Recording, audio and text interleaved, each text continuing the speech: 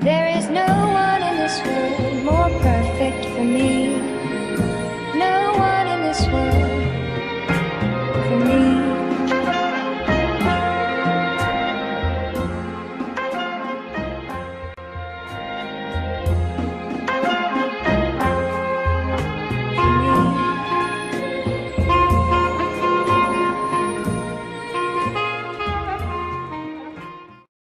C'est Barbara, je suis la cofondatrice du Hardware Club.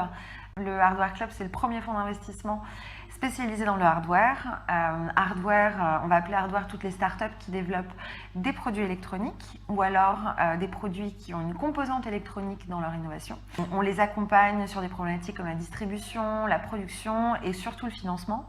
Le modèle un peu atypique de notre fonds d'investissement, c'est qu'on est basé sur la plus grosse communauté de startups hardware au monde. Donc on a créé il y a 3 ans maintenant. On rassemble plus de 250 sociétés dans 30 pays au total.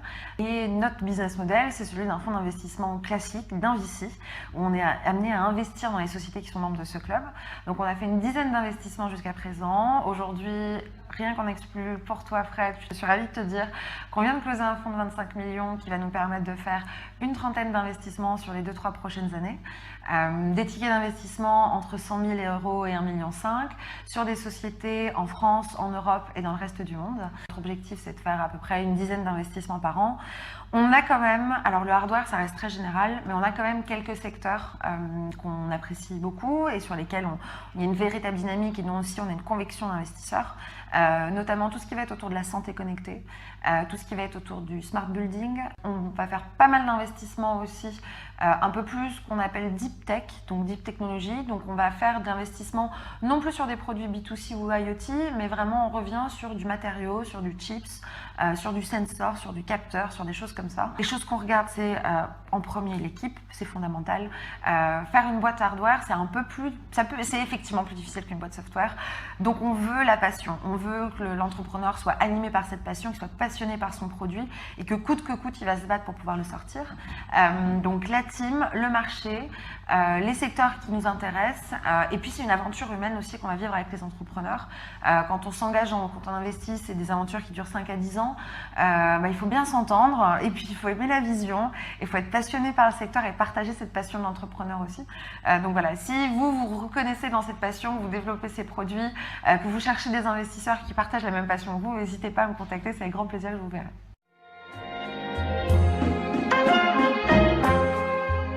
Avant de parler du why du Hardware Club, je voudrais te parler de mon petit why à moi. Pourquoi j'ai cofondé cette société?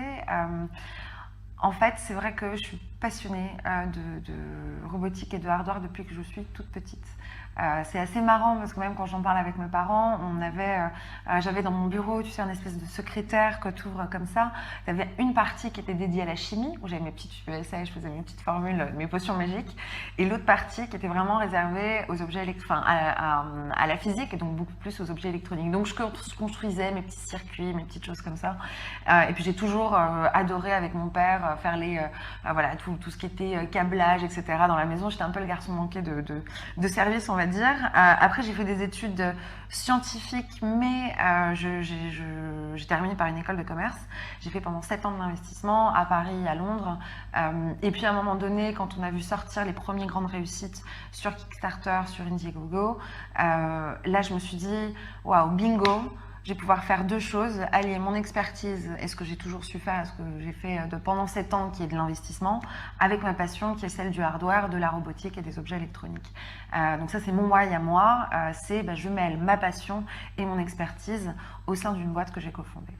Pour Beyond the Pitch, le why du Hardware Club, qu'est-ce que c'est? C'est tout d'abord le constat que dans l'histoire de l'humanité, on a toujours eu des moments de rupture d'innovation et qui pour la plupart du temps sont toujours arrivés par des innovations hardware. Quand la voiture est venue remplacer le cheval, quand on a inventé l'avion, quand on a inventé l'ordinateur, le téléphone, l'ordinateur portable. Et tout ça, ça a permis à l'être humain de se surpasser et d'aller encore plus loin et à l'humanité d'évoluer. Et donc c'est un peu ça le why du Hardware Club, c'est comment en fait on va aider tous ces jeunes innovateurs qui vont nous permettre, nous, êtres humains, d'aller plus loin et de nous surpasser. Comment on va pouvoir les aider à créer ces nouveaux produits, à créer ces nouvelles choses qui vont être utiles à toute l'humanité entière. Ça, c'est le premier why du Hardware Club. Deuxième élément du why du Hardware Club. Pourquoi on a créé le Hardware Club aussi, c'est parce on s'est très vite aperçu qu'en gros tous les entrepreneurs qui développaient ces objets électroniques un peu partout dans le monde, en fait ils étaient un peu seuls et ils réinventaient l'eau chaude. Chacun de leur côté, ils étaient en train de réinventer la roue, ils ne se parlaient pas du tout, il n'y avait pas de communauté, il n'y avait pas de communication, il y avait un écosystème qui n'était pas du tout mature, celui des startups hardware, et il y avait ce besoin d'avoir un acteur qui allait fédérer tout le monde. Il fallait qu'on ait ce modèle hybride, à la fois de communauté, c'est-à-dire qu'on apporte les ressources gratuitement aux boîtes et on donne, et on est vraiment dans ce mouvement communautaire de distribution des ressources et de facilitation, et en même temps d'apporter aussi ce financement qui était nécessaire. C'est vraiment ce constat de se dire personne ne l'a fait, tout le monde est en train de se développer les petites choses dans son coin alors qu'on construit des innovations qui ont une portée globale et internationale. Il faut créer cet acteur qui va permettre de fédérer tout le monde et de connecter les points. Ça, c'est le deuxième why du Hardware Club. Ce qui est assez marrant, c'est quand on regarde aujourd'hui, tous les modèles de VC tendent vers ça. Ce modèle de j'ai une communauté, j'ai une plateforme, j'apporte des ressources. Et c'est ce qu'on voit se développer aux États-Unis, en Angleterre, en France, un peu partout dans le monde. Et effectivement, c'est rigolo parce que nous, on a commencé ça il y a 3 ans et c'est effectivement parce que c'était spécifique au hardware qu'il a fallu qu'on construise cette approche de communauté, de plateforme, de ressources. Voilà, c'est toujours agréable de voir qu'une idée qu'on a pu avoir il y a 3 ans, quand elle se concrétise et qu'elle arrive, en fait, autour de nous, on est dans une mouvance générale et que maintenant, c'est quelque chose que tout le monde suit aussi. Alors, le dernier élément du why du Hardware Club, c'est notre volonté d'être un enabler. C'est de permettre à tous ces entrepreneurs, comme je le disais, un petit peu fous qui ont envie de créer ces produits, de leur apporter les ressources qui vont leur permettre de passer d'une idée, d'un concept, d'un rêve à une réalité. Et ça, c'est des choses, c'est très compliqué de faire un produit électronique, c'est extrêmement compliqué. Avant Kickstarter, Indiegogo et des acteurs comme nous, il fallait au minimum 2 millions sur un compte en banque, une équipe de 20 personnes, aller trouver une usine pour pouvoir faire son prototype, etc. Nous, en rassemblant toutes ces startups ensemble, donc c'est 250 startups, ça fait plus de 1000 personnes sur notre plateforme, on a un groupe Slack avec plein de gens qui s'échangent des choses. Quand j'ai Eric qui est à San Francisco, qui travaille sur un drone sous-marin et qui a trouvé le matériau plastique pour pouvoir envoyer le drone sous l'eau, et que de l'autre côté je vais avoir Jordan qui lui est entre Hong Kong et Londres, qui travaille sur un masque, je ne vais pas dire c'est quoi son produit parce que c'est confidentiel et je cite des vraies startups là pour le coup, qui travaille sur un masque qui fait quelque chose et qui a besoin aussi de connaître le matériau et qui se parlent entre eux, et parce que un a réussi à sourcer le produit et va l'offrir à l'autre. C'est ça le Hardware Club, c'est aussi comment tous ces entrepreneurs qui sont partout dans le monde arrivent à se retrouver sur une même plateforme, arrivent à échanger des ressources, et nous on leur pousse encore plus des ressources. Clairement, on a toujours l'impression que c'est impossible de passer de ce rêve qu'on va avoir, d'aller créer cet objet, ce robot, cette chose, et de l'amener dans les mains du consommateur. On se dit que c'est impossible. On se dit que c'est impossible parce que c'est dur, parce que c'est compliqué, parce qu'il faut beaucoup de ressources, beaucoup de moyens et d'accès à beaucoup de connaissances. Le Hardware Club, c'est quoi? Le Hardware Club, c'est celui qui va rendre ce quasi impossible possible et réalisable. C'est ça notre vocation.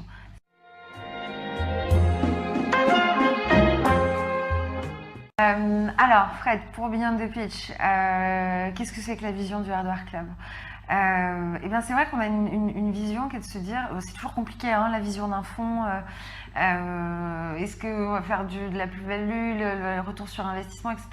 Alors je vais essayer d'aller un peu plus loin que ça, et en fait nous, notre vision en tant que fonds, je pense qu'on est un des rares quand même, comme on fait que du hardware, à pouvoir dire qu'on peut viser à avoir un impact sur le quotidien des gens.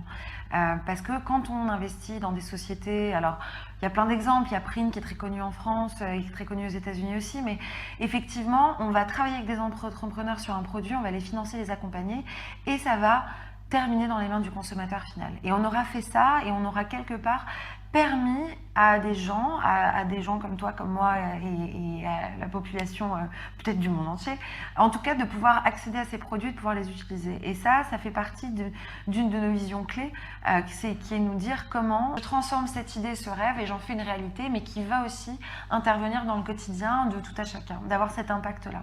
Notre vision, c'est de se dire que le monde, il va changer, et qu'on a envie de participer à ces grands changements, à ces, rupture d'innovation technologique. On a envie d'être le VC qui va aller participer, qui aura permis ces innovations hardware à arriver sur le marché et à sortir et à nous permettre en tant qu'humanité et je sais pas qu'espèce de passer à une autre étape. Donc ça fait partie de notre vision aussi.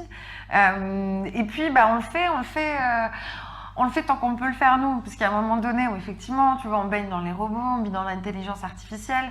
Un VC, est-ce que ça a toujours vocation à rester un être humain ou est-ce que ça va pas devenir une machine ou un software ou une IA qui va prendre le dessus? Tant que c'est pas là, on le fait et on a envie de le faire. Et peut-être un jour, on sera remplacé par des startups qu'on a financées et ce sera très bien comme ça. Et je pourrais passer à autre chose et écrire de la poésie et faire du dessin.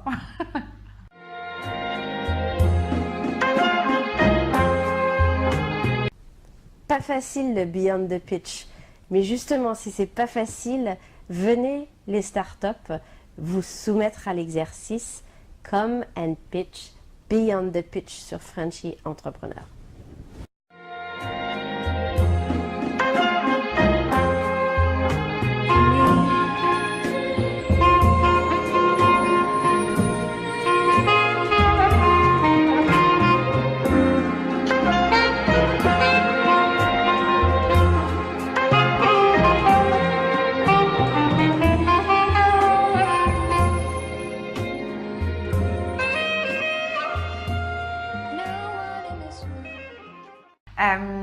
Alors, Beyond the Pitch, moi j'adore Beyond the Pitch. Je trouve qu'en fait, l'interaction avec Fred, ça permet de se poser des questions qu'on n'a pas forcément l'habitude de se poser. On n'est pas dans un pitch où on y va, on raconte son truc comme on l'a tout formaté dans la tête.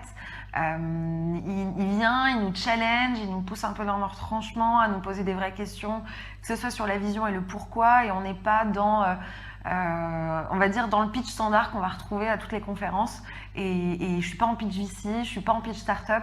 Là je suis allée chercher au plus profond de moi et à me poser vraiment les questions aussi de ce que c'est que la boîte qu'on a fait et où est-ce qu'on veut aller. Donc voilà, je voulais un grand merci à Fred pour m'avoir accueilli dans Beyond the Pitch et j'espère qu'on en aura beaucoup et j'invite vraiment tout le monde à le faire parce que ça nous permet de nous poser des vraies questions. Alors on peut se poser la question, est-ce qu'un VC ça peut aller à Beyond the Pitch? Ça va complètement à Beyond the Pitch. Surtout les VC de la nouvelle génération et les VC un peu entrepreneurs qu'on a aujourd'hui. Ça va complètement parce que ça se fait se poser les vraies questions. Alors peut-être pas tous les partenaires de tous les fonds, on va peut-être pas aller jusque là, mais non, un VC peut aller à Beyond the Pitch et je recommande d'aller à Beyond the Pitch.